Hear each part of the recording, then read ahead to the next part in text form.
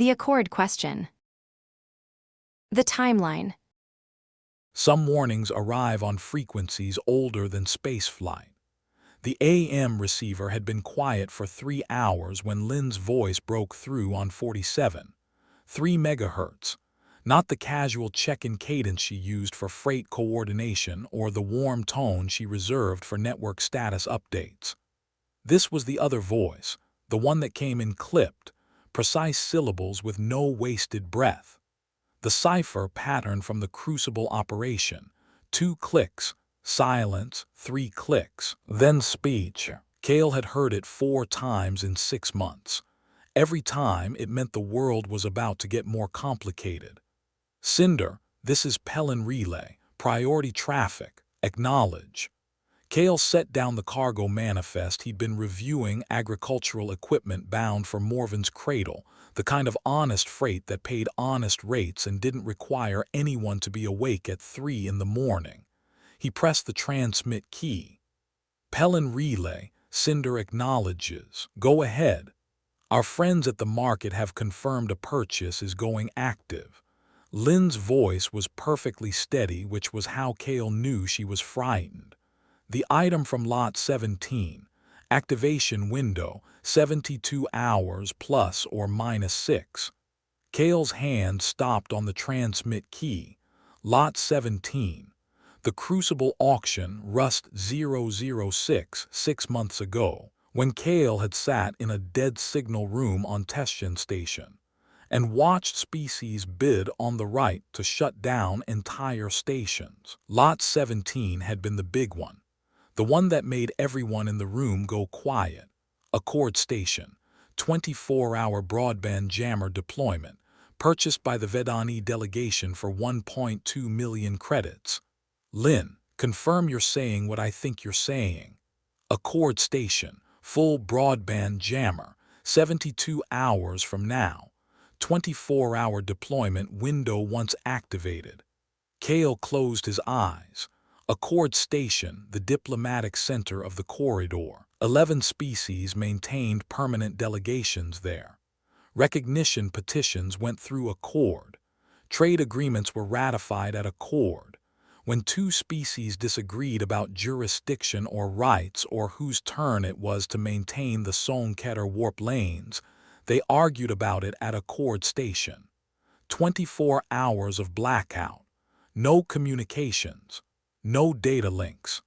No external monitoring of the station's internal systems. In 24 hours, someone with physical access could reach the diplomatic archives, could alter recognition petition records, could insert documentation that hadn't existed the day before, or remove documentation that had. The Vedani, a species from beyond the corridor boundary, bipedal, blue-gray skin, compound eyes that made human eye contact feel like an aggressive act. They'd been petitioning for full corridor recognition for 37 years, denied 9 times. Each denial cited insufficient integration, insufficient trade participation, insufficient diplomatic engagement. The criteria kept shifting. The Vedani kept failing. And 6 months ago at the Crucible, they'd bought a different approach. They're going to alter the diplomatic archives, Cale said. Insert evidence of trade participation, diplomatic engagement, whatever the recognition criteria require. When the blackout lifts, the records show the Vedani have always met the standard. The next petition goes through. That's the assessment, Lynn confirmed. Our Crucible source has partial visibility on the Vedani delegation's movements. They've been positioning assets near Accord for 3 weeks. Low-profile transports, small crews, the kind of movement that looks like routine trade until you count the ships. How many people on Accord Station? Cale asked, though he already knew the number. Permanent population, 8,400. Current transient population, including diplomatic delegations, approximately 11,000. And in 24 hours with no communications. Medical emergencies can't call for evacuation. Incoming ships can't receive docking guidance. The station's defense grid loses external coordination. Diplomatic delegations lose contact with their governments. Lin paused. The jammer targets communications bands specifically. Power systems and life support are unaffected. Nobody dies from the blackout itself. But the secondary effects, people die from secondary effects all the time, Lin. Yes, they do. Rosk appeared in the cockpit doorway. He'd been in the cargo hold running maintenance. The Cinder's water recycler had developed a new and creative way to make concerning sounds, which it did roughly every 6 weeks as a form of mechanical self-expression. His hands were wet, and his expression was the careful blankness that meant he'd been listening. Yep. I heard, he said. How much? Enough. Rosk settled into the co-pilot chair. His bulk made the seat creak the way it always did, a sound so familiar it had become part of the ship's vocabulary. Accord station. 72 hours. Rosk was quiet for a moment. Then, Drell is at Accord station. The words landed like a stone in still water. Drell, Rosk's bond brother, the thin diplomat who'd given Rosk the severing scar when he left the mountain clans, and then spent years carrying the weight of that cut. The same Drell who'd met them at Accord station 8 months ago, who'd pressed his forehead to Rosk's in the thin gesture of reconciliation, while Kale pretended to study cargo manifests so they could have their moment. Drell was working with the diplomatic service now. Trade Council liaison, the kind of position that put him exactly where the Vedani would need to operate. I know, Kale said. The dilemma. Sierra's voice came through the Verath minor relay 18 minutes later, the signal bouncing through 3 relay stations, each one adding a layer of static that made her sound like she was speaking from the bottom of a well. But the words were clear. We have to warn them. It's not that simple, Lin said. It is exactly that simple. 11,000 people, 24-hour blackout. We know it's coming. If we say nothing, if we warn Accord Station, we reveal that the AM network has intelligence capability inside the Combine's auction system.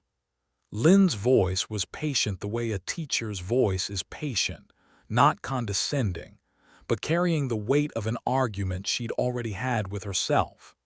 Our crucible source is the only window we have into Combine operations at that level. If the Combine learns we have a source, they'll find them, and that person dies. The cockpit was quiet except for the AM static and the water recycler's newest complaint, a rhythmic clicking that Rosk had identified as a loose valve housing, but hadn't yet fixed because the clicking, while annoying, was technically within operational tolerance. 1 person versus 11,000, Sierra said. 1 source versus every future warning we might receive, Lin countered. The crucible source told us about the Accord blackout. They could tell us about the next one, and the one after that. If we burn this source to save Accord Station, we lose the ability to protect every other station the Combine targets.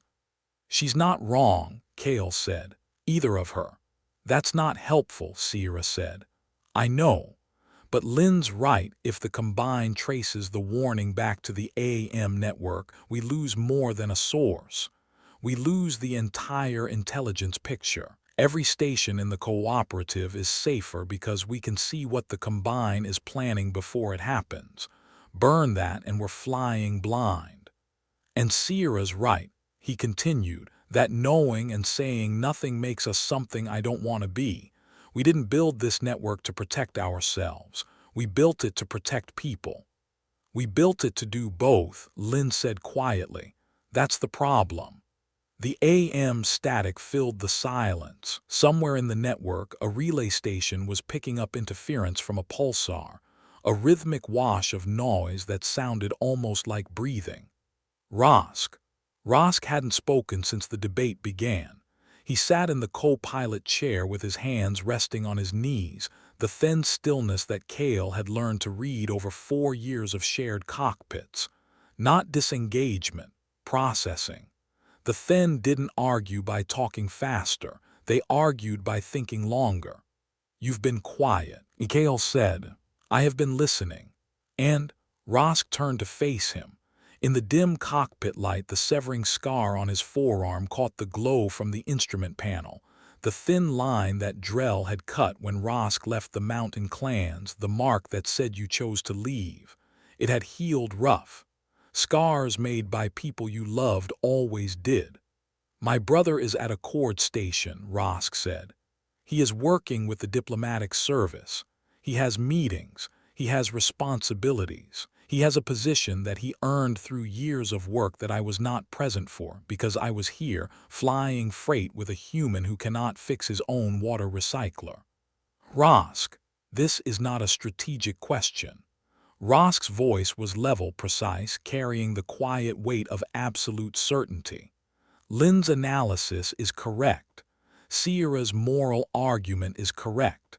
They are both correct and they are both insufficient. My brother is there. I will not sit in this cockpit and calculate whether his safety is worth the cost of a source I have never met." The AM receiver crackled, Sierra's voice soft. "That's the answer, isn't it?" "I'm not arguing," Lynn said after a moment. "I'm not. Rosk is right, there are things that aren't strategic questions. I've spent too long thinking like an intelligence officer. Sometimes you just do the right thing and deal with the consequences." A pause. The pulsar interference washed through the frequency like a tide. But the operational question stands. How do we warn a cord station without revealing that the AM network has intelligence inside the combined auction system? Because if we call a cord station and say a jammer is coming in 72 hours, the first question they ask is, "How do you know?" And every answer to that question leads back to us. "We don't warn them," Kale said. "Silence on the frequency. We don't warn them through the network. We don't warn them at all. Someone else does." He looked at Rosk. Rosk looked back.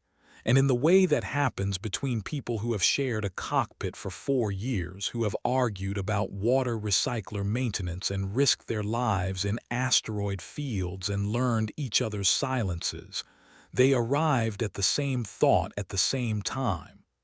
"Drell," they said together. The channel. The thin diplomatic frequency was old technology. A narrow-band encrypted channel that the mountain clans had maintained since before humans arrived in the corridor. It predated AM radio, predated digital communications, predated everything except the thin themselves.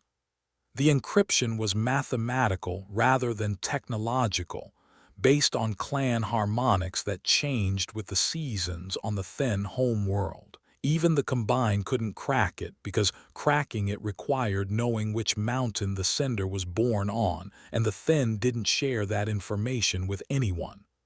Rosk entered the frequency code from memory. His hands were steady, the precise, deliberate movements of a thin performing something that mattered. "This is Rosk, Senthal Clan, calling Drell, Senthal Clan, private channel." Static. Then 16 seconds later, the lag of a signal bouncing through diplomatic relay infrastructure that was older than most species spaceflight. Drell's voice. Deep. The resonance of a mountain clan thin, the kind of voice that made human vocal cords feel structurally inadequate. Rosk. A pause that carried warmth the way a campfire carries heat, not directed, just present. "It has been 43 days since your last contact. I had begun to compose a message expressing concern, but I was informed by my human colleagues that this would be considered hovering." Your human colleagues are correct. It would be hovering. "I have chosen to interpret your infrequent communication as evidence of safety rather than indifference." That is the correct interpretation. Kale watched from the pilot chair. He turned off his own headset and was listening through the cockpit speakers, not to eavesdrop, but because Rosk had looked at him and not asked him to leave, which in Rosk's vocabulary meant stay. Drell, I must tell you something, and I must ask you to act on it without asking how I know. The pause was longer this time. Not hesitation, consideration. Drell processing the weight of what Rosk was asking. You are asking me to trust you. Yes. You are asking me to act on information whose source you cannot reveal. Yes. Is the source reliable? The source has been correct on every previous occasion. Another pause. Kale could hear the ambient sound of a chord station through Drell's connection, the hum of a diplomatic hub, the background murmur of 11 species conducting the business of coexistence. It sounded like civilization. It sounded like something worth protecting. Tell me, Drell said.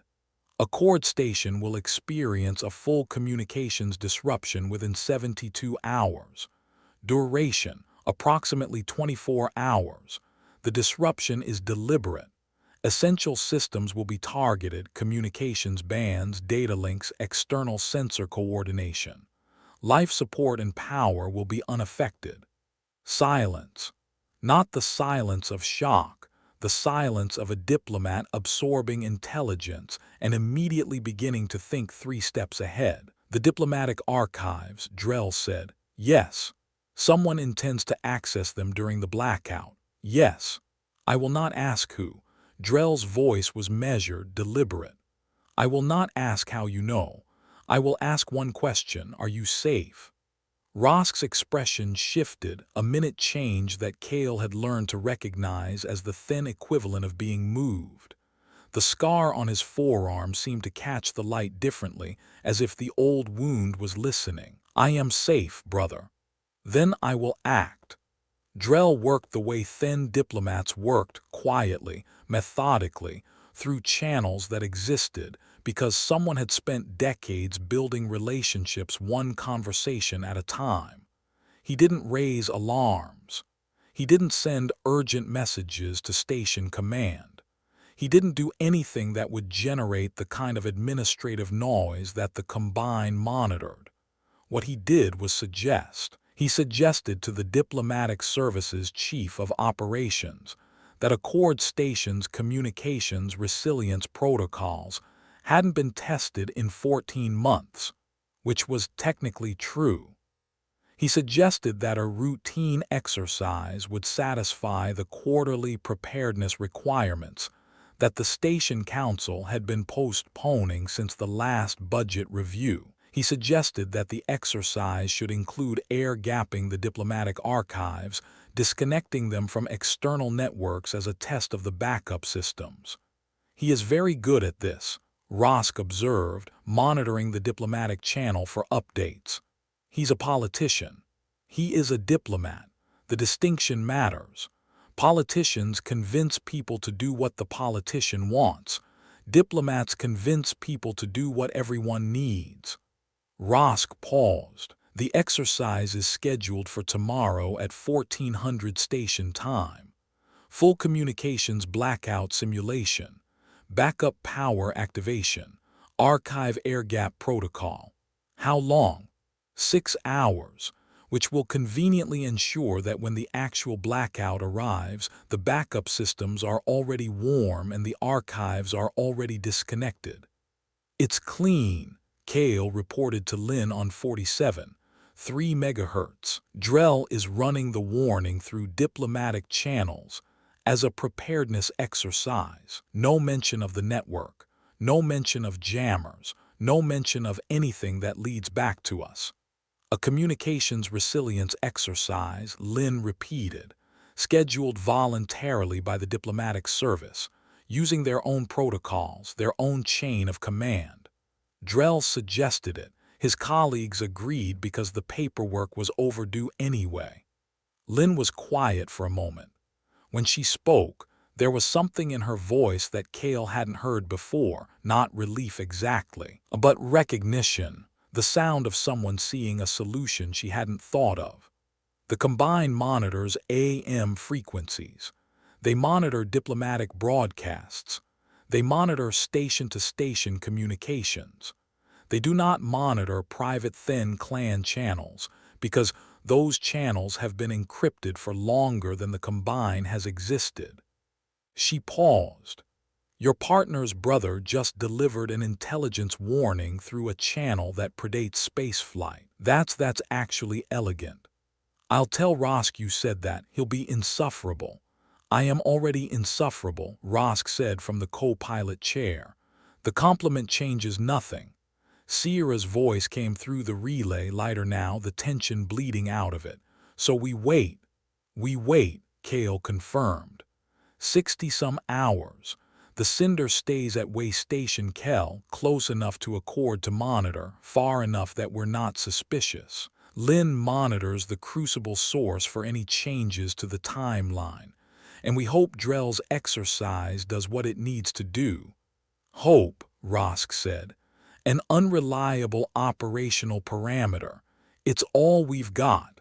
Then it will have to be sufficient. The blackout. It happened at 03:17 station time, because the people who planned these things understood that the worst hour for a crisis was the one when the fewest people were awake to respond. Kale was in the pilot chair, running on bad coffee and the particular brand of alertness that comes from waiting for something terrible to happen.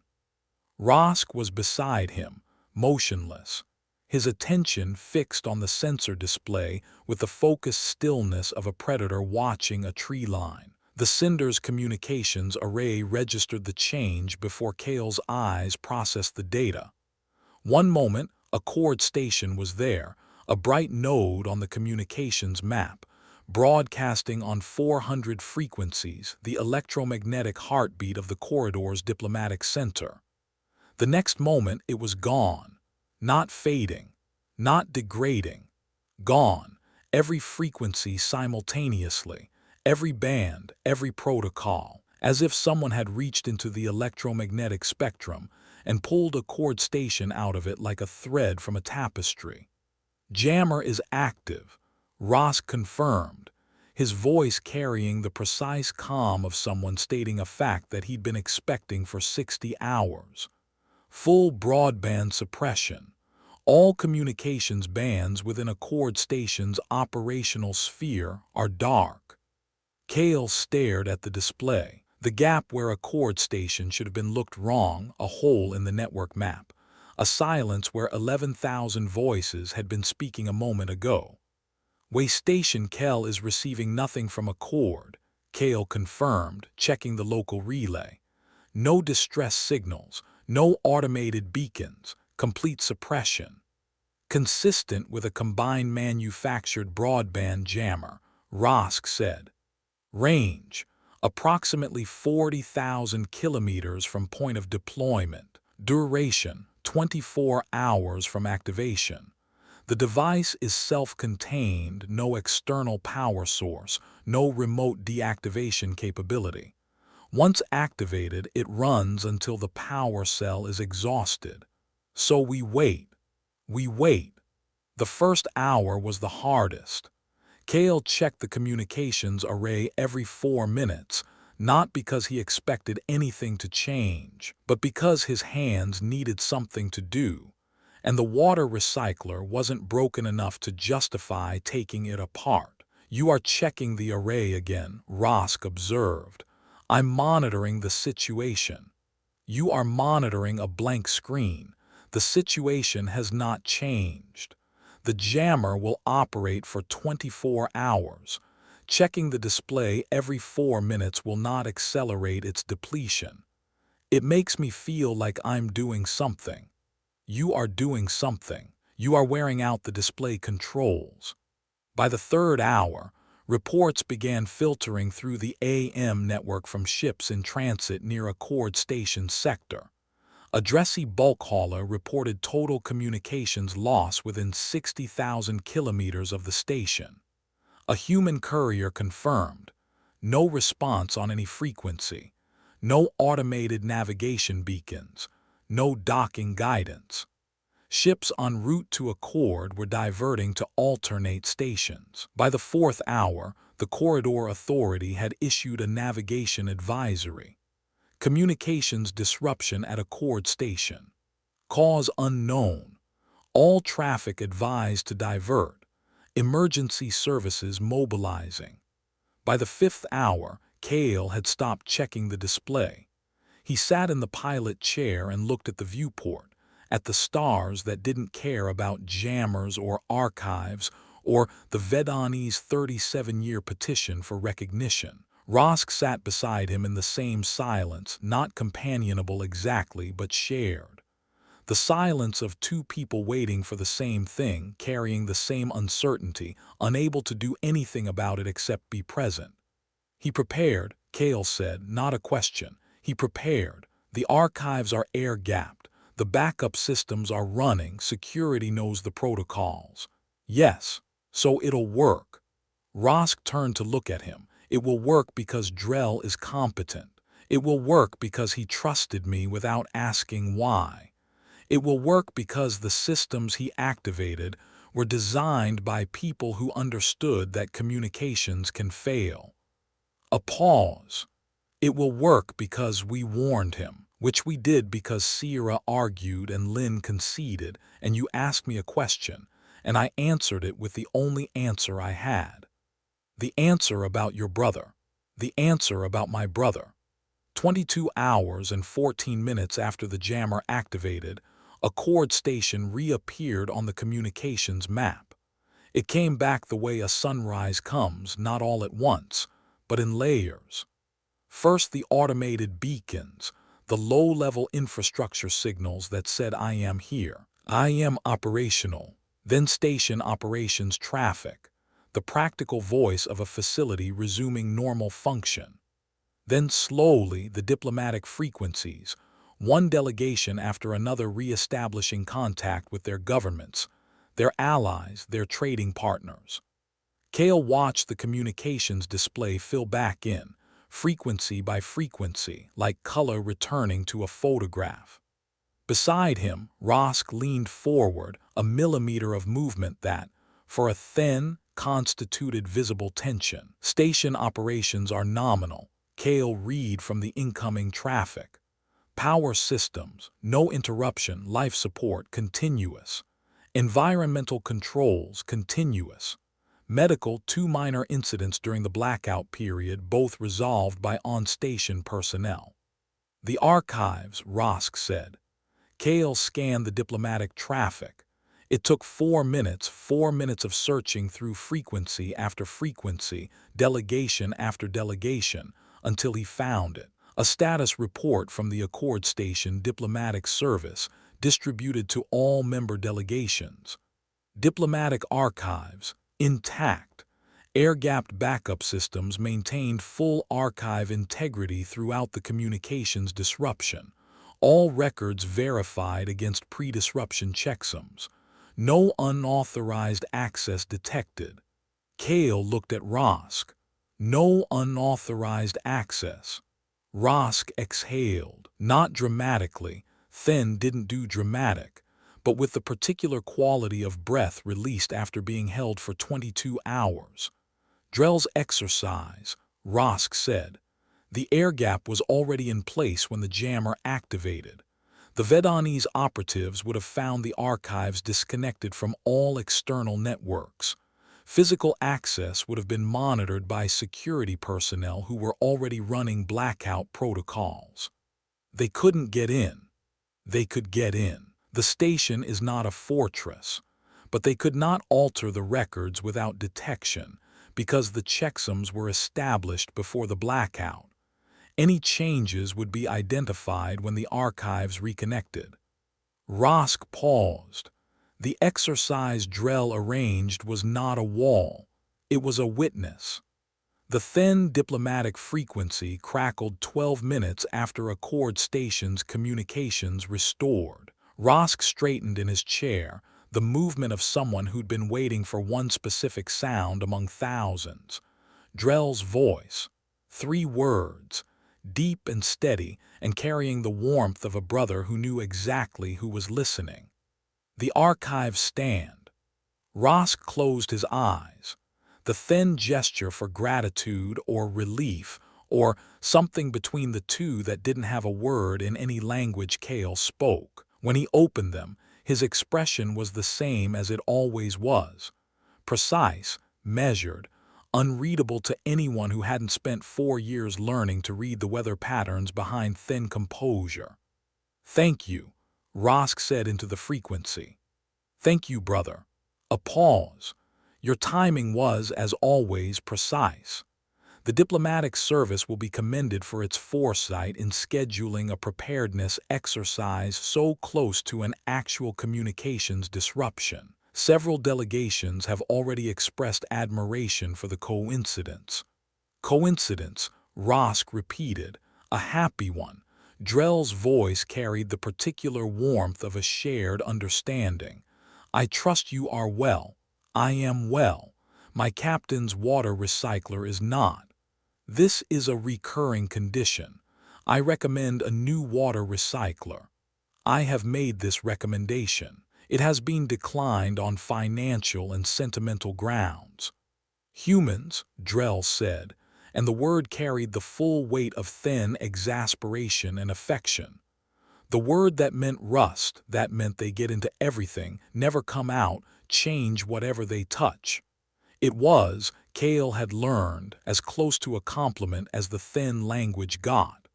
The frequency went quiet. Rosk sat with the silence for a moment, one hand resting on the arm of the co-pilot chair, the scar on his forearm visible in the instrument light. Kale opened the AM frequency. "Pellin relay, this is Cinder." "Go ahead, Cinder." Lynn's voice tight, waiting. "The archive stand, station intact. No casualties, no unauthorized access. The exercise held." Lynn didn't respond immediately. When she did, her voice was different, not the intelligence officer's voice or the network coordinator's voice, but something underneath both.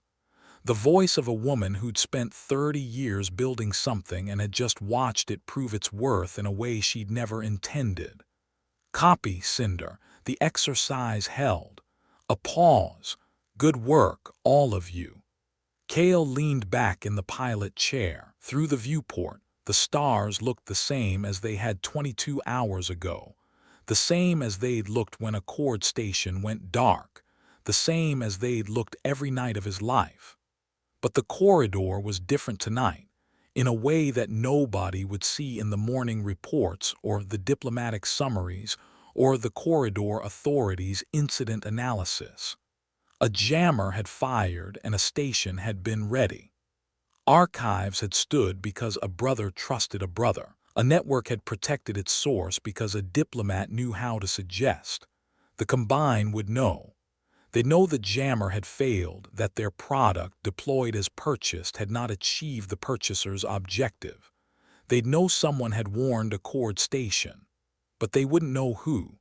They wouldn't know how.